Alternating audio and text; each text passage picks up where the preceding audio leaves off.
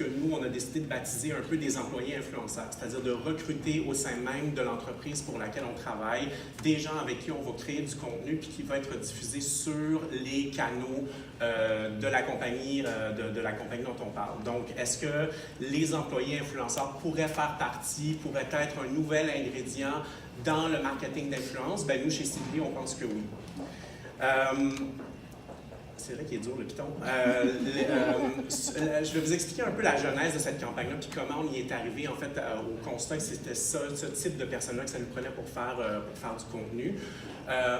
On a regardé, naturellement, nous, on travaille pour Air Transat. Air Transat, qui est un voyagiste, qui est une compagnie aérienne qui vend des vacances. On s'est rendu compte que les Canadiens mettaient vraiment beaucoup de pression sur leurs vacances. C'est-à-dire que, puis quand on regarde les vérités, quand on regarde un peu ce qui se passe dans l'industrie, bien, on comprend pourquoi. C'est-à-dire que les vacances, ça compte parce qu'en moyenne, les Canadiens, ils ont seulement 2 semaines de vacances encore par année. Donc, c'est 2 petites semaines, t'en as pas beaucoup. You want to make the most of it. Puis la deuxième chose également, c'est qu'on se rend compte que lorsqu'ils reviennent de vacances, lorsqu'ils rentrent de vacances, les Canadiens, seulement 26% d'entre eux affirment avoir passé des vacances qui dépassaient leurs attentes. Donc, on a seulement 2 semaines. La plupart du temps, c'est comme moyen quand on part en vacances, fait qu'on veut être certain de ne pas les rater.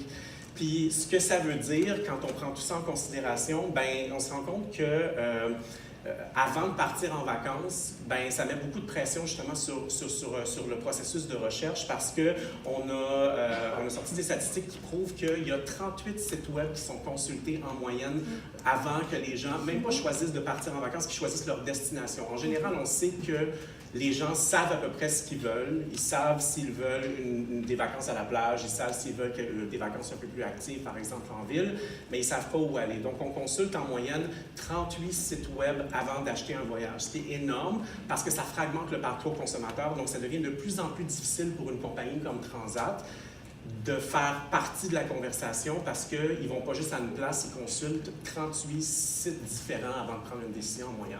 J'ai dit 38, il me semble que je l'ai dit souvent. En plus, en moyenne, on sait que 80%, quand on constate également, quand on regarde un peu ce qu'ils regardent dans ces 38 sites-là, il y a 80% des consommateurs qui affirment que le contenu pertinent peut influencer leur décision d'achat. Donc, ça devient encore plus important de trouver une façon pour une compagnie comme Air Transat de s'immiscer dans cette conversation-là. Le plus gros problème, parce qu'il y a toujours un mais pour Air Transat, c'est comment on fait pour entrer dans la conversation quand on sait que le contenu de marque qui est produit par des transporteurs aériens comme Air Transat, par exemple, c'est pas une référence de choix pour les voyageurs. On sait en regardant les statistiques que la plupart des gens vont préférer, premièrement, regarder des influenceurs. C'est une des sources les plus importantes d'informations quand on veut s'inspirer, quand on veut décider où on part en voyage. Il y a également les médias plus traditionnels, les médias spécialisés, comme les magazines de voyage, comme les chaînes de télé, par exemple, même certaines chaînes YouTube qu'on pourrait peut-être même rentrer dans cette catégorie-là. Et puis, finalement, bien, il y a les pairs également. C'est super important. Je pense que la statistique, Catherine, qui est ma super stratège de contenu, c'était quoi qu'on avait dit? 89% des gens consultent leur père avant de prendre une décision. Ils vont être influencés par le contenu qui est posté par leur père. Donc, on sait que c'est 89% des millennials, donc naturellement les futurs consommateurs que Transat va vouloir cibler. Donc, les transporteurs aériens, je vous jure que j'ai rien fait. Je vous jure que j'ai rien fait. With a bang. Fait que les transporteurs aériens, bang, ne font pas partie des sources que traditionnellement on va regarder lorsqu'on est en recherche d'inspiration pour partir en voyage. Donc, ce que ça fait, puis en plus, puis pour prouver ça, puis juste, on a fait une petite recherche, on s'est amusé d'ailleurs, on a fait une recherche de mots-clics sur Instagram. Quand on cherche Wanderlust sur Instagram, il y a 83 millions de photos qui sortent. Puis il y en a qui sont ajoutées tous les jours. Fait qu'en plus, la conversation est vraiment crowded, c'est vraiment comme en mode, le voyage, il y a toutes sortes de monde qui agissent là-dedans. Donc comment on fait pour percer le bruit de la conversation puis en faire partir lorsqu'on est un Air Transat? Eh bien, on s'est posé justement cette question-là parce que il était là le problème. On veut agir sur le upper funnel, on veut agir en phase d'inspiration, on veut être certain d'être présent, de fournir de l'inspiration, puis bien sûr qu'on fait appel à des influenceurs traditionnels. Air Transat le fait, on travaille avec North, qui est l'agence avec laquelle Transat fait affaire pour travailler avec des influenceurs de façon un peu plus RP. Mais comment on pouvait faire pour produire du contenu que la marque ownait alors que les consommateurs n'ont pas l'habitude nécessairement de consulter ce type de contenu-là. Puis ce qu'on s'est rendu compte, quand on a analysé le problème le plus proche, ben, on s'est rendu compte que la solution elle faisait un peu partie de l'ADN de Air Transat. Puis je m'explique. C'est-à-dire que Air Transat, c'est une compagnie qui existe depuis... Air Transat est le champion des vacances, puis là, il y a une petite erreur, c'est pas depuis 40 ans, c'est depuis 30 ans. Mais Air Transat, c'est une compagnie que les Québécois, que les Canadiens connaissent depuis super longtemps. Donc, ils savent c'est quoi Air Transat, on n'a pas de problème de reconnaissance de marque, donc les gens savent à quoi s'attendre lorsqu'on leur parle. La deuxième chose, c'est que quand on regarde les différents sondages, on se rend compte que Air Transat va surindexer de 161 points sur le facteur « et passionné de vacances ». Fait on n'a pas besoin de prouver qu'Air Transat aime ça, les vacances, puis on n'a pas besoin de justifier une certaine légitimité à parler de vacances. On le sait que les consommateurs trouvent qu'ils sont corrects pour pouvoir en parler. Et puis, au final, on se rend compte également qu'on va surindexer de 129 points sur le facteur « offre un service amical ». Donc, en plus, on a comme interagir avec Air Transat, ben, c'est comme le fun. Tu sais, c'est pas si pire que ça, puis on a comme envie de vouloir avoir une conversation avec ces gens-là. Donc, ce qu'on s'est dit, c'est ce qu'on s'est demandé, c'est qui de mieux pour incarner le fameux service amical puis la passion des vacances d'Air Transat. Bien là, vous me voyez venir avec mes gros sabots, si je peux juste trouver le piton. C'est ses propres employés. Les propres employés d'Air Transat sont les mieux placés, c'est le constat auquel on est arrivé. Et puis, ça, c'est un insight, en fait, qui drive toute la campagne qu'on fait avec Air Transat. Donc, pas seulement en contenu, mais également la campagne télé qui roule présentement, que vous avez peut-être vu en télé, où on a un agent de bord d'Air Transat qui dit aux passagers, qui lui partage le meilleur endroit où faire de la plongée. Un peu plus tôt cette année, on a eu la même chose. Il y avait une agent de bord d'Air Transat qui disait à des passagers le meilleur endroit où trouver de la gelato quand ils atterrisseraient à Rome. Donc, nos agents de bord, notre personnage navigant, mais aussi tous les employés d'Air Transat sont nos meilleurs experts pour parler de vacances. Alors, pourquoi pas les faire parler? Ce qu'on s'est rendu compte aussi, quand on a pris cette décision-là, c'est qu'on ne voulait pas non plus interférer avec les efforts de marketing d'influence. Comme je vous disais, Air Transat en fait du marketing d'influence. Et puis, ce qu'on s'est rendu compte, c'est qu'il y avait un peu une place pour à peu près tous ces types de communication-là. De la même façon qu'il y a de la place pour le marketing d'influence dans un écosystème de communication 360, mais quand on regarde juste ce qui se passe en communication d'influence, bien, on se rend compte qu'il y a plusieurs layers qu'on peut exploiter également quand on parle aux gens. Donc, oui, naturellement, bien, il y a des fameux micro-influenceurs dont Bicom nous a parlé un peu plus tôt aujourd'hui. Il y a des co-créateurs de contenu, des espèces des gens comme Fred Bastien à qui on peut nécessairement confier des missions lorsqu'on a envie de créer du contenu. Puis, il y a également les fameux employés qui peuvent en faire partie. Puis, c'est sur ça que nous, on a décidé de miser chez Sidley quand on a travaillé ça avec Air Transat. Donc, d'ajouter une nouvelle corde à l'arc de marketing d'influence qui était ce qu'on a appelé justement les fameux employés influenceurs. Ce qu'on s'est rendu compte également, c'est qu'il y a plusieurs autres entreprises qui commencent à adopter cette espèce de tendance-là. Ce que vous voyez en haut, c'est des images de ce que Macy's, l'entreprise américaine, appelle le Macy's Style Crew. Donc, Macy's Style Crew, c'est un programme chez Macy's où les employés sont encouragés à créer du contenu par eux-mêmes, du contenu mode qu'ils peuvent publier sur leurs propres canaux. Donc, de faire des employés, de n'importe qui, là, ça peut être un employé de bureau. Si vous allez chercher le hashtag Macy's Style Crew, vous allez en voir à peu près de toutes les sortes. Il y a des employés qui décident de donner des conseils mode, donc ils prennent une photo d'eux autres, outfit of the day, qui rendent le outfit shoppable.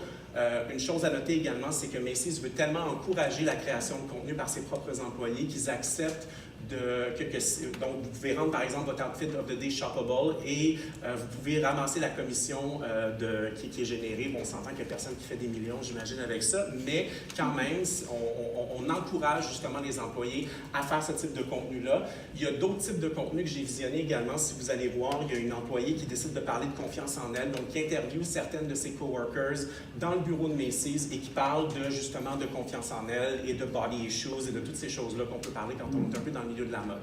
Donc, Macy's Style Crew, premier exemple, encore dans le milieu de la mode. Deuxième, qui est Everlane. Une autre entreprise qui travaille dans le milieu de la mode, qui font un truc que je trouve vraiment trippant, qui s'appelle les Transparency Tuesdays, que vous avez peut-être déjà vu. C'est-à-dire que les mardis, sur Instagram, ils proposent à leur public de leur poser n'importe quelle question. Fait que ça peut être des questions sur l'éthique des vêtements, ça peut être des questions... j'ai vraiment trippé sur la jupe que vous aviez mise en vente la saison passée, est-ce que vous allez la revoir? Et puis, ben, les gestionnaires de communauté, tout simplement, ce qu'ils font, c'est qu'ils répondent en live. Donc, ils prennent les questions, puis on voit la gestionnaire de communauté se promener dans le bureau, aller poser la question à la personne qui est en charge du merchandising, puis dire « Est-ce que tu vas remettre la jupe bleue de la saison passée en vente? » Puis la petite madame a dit « Non, malheureusement, on ne l'aura pas, mais il y a une petite jupe rose sur laquelle tu vas triper, etc. » Et donc, ça dure, et vous pouvez toutes les revoir si vous allez sur le compte Instagram, c'est vraiment sympathique, et ça permet... Vous allez me dire, là, c'est peut-être pas nécessairement de l'influence, mais on utilise une pratique d'influence pour faire du marketing. Puis je trouve ça vraiment intéressant que les entreprises commencent à utiliser ces codes-là pour parler à leur audience, qui, au final, sont habitués de se faire parler de cette manière-là sur ces plateformes-là.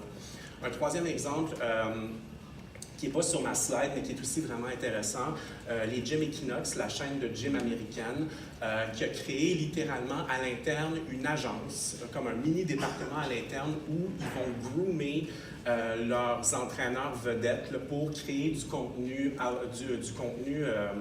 fitness sur leur propre plateforme.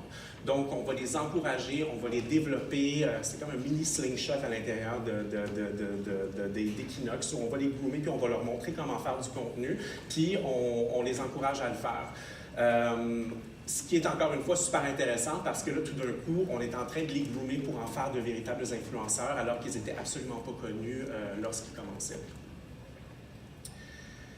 Qu'est-ce que ça veut dire pour Transat? La manière dont nous, on a décidé de le jouer, donc l'approche créative, c'est une solution qu'on a appelée Vacancier Expert, que vous pouvez voir présentement sur les canaux de Transat.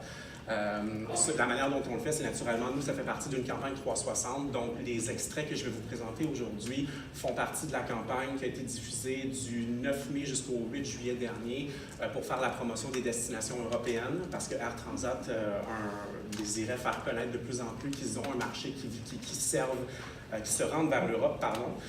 Donc, cette solution créative-là, la manière dont on a décidé de l'aborder, c'est d'en faire une web-série. C'est-à-dire que ce qu'on a fait, on s'est entendu avec Air Transat qu'on devait faire la promotion de 2 destinations, donc c'était Londres et Lisbonne. Et ce qu'on a décidé de faire, c'est de lancer un appel casting, un appel à tous chez Transat pour trouver des gens qui étaient des connaisseurs, des spécialistes qui voyageaient souvent à Lisbonne, qui étaient souvent allés. Donc, il y avait un certain nombre de fois où les gens devraient être allés à destination et devaient nous préparer une espèce de vidéo. C'était comme une espèce de VJ recherché, mais la version Air Transat. Et puis, et donc, on a sélectionné au final 2 personnes dont la mission est d'abord de nous partager leur amour du voyage, parce que l'authenticité est quand même hyper importante. On veut des gens qui trippent sur le fait de prendre l'avion et d'aller découvrir un nouvel endroit, et de leur fournir également à notre audience des vrais conseils de voyage sur leurs endroits favoris.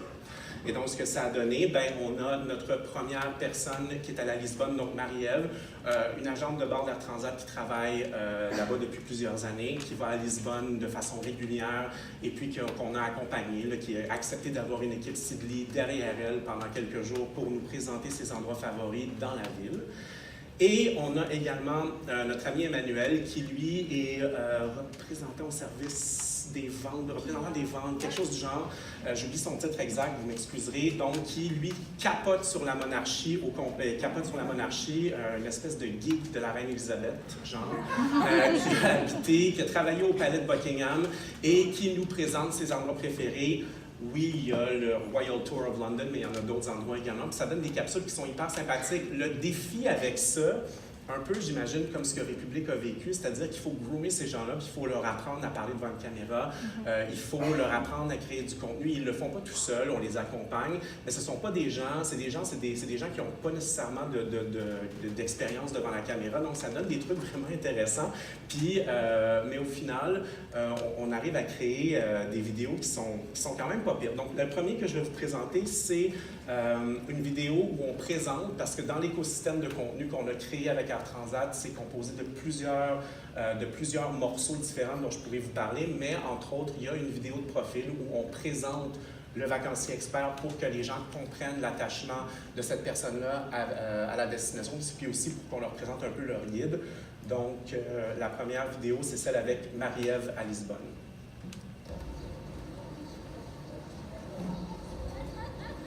My dad was in the army, so we moved around quite a bit, and I think that's where I got the travel bug. We moved to Belgium when I was about 10. My connection to Portugal is one of my first friends that I made, Susana, Portuguese girl. She gave me as a present a little poster of the Torre de Belém. So I told myself, okay, I have to see this Torre de Belém eventually. Looks nice.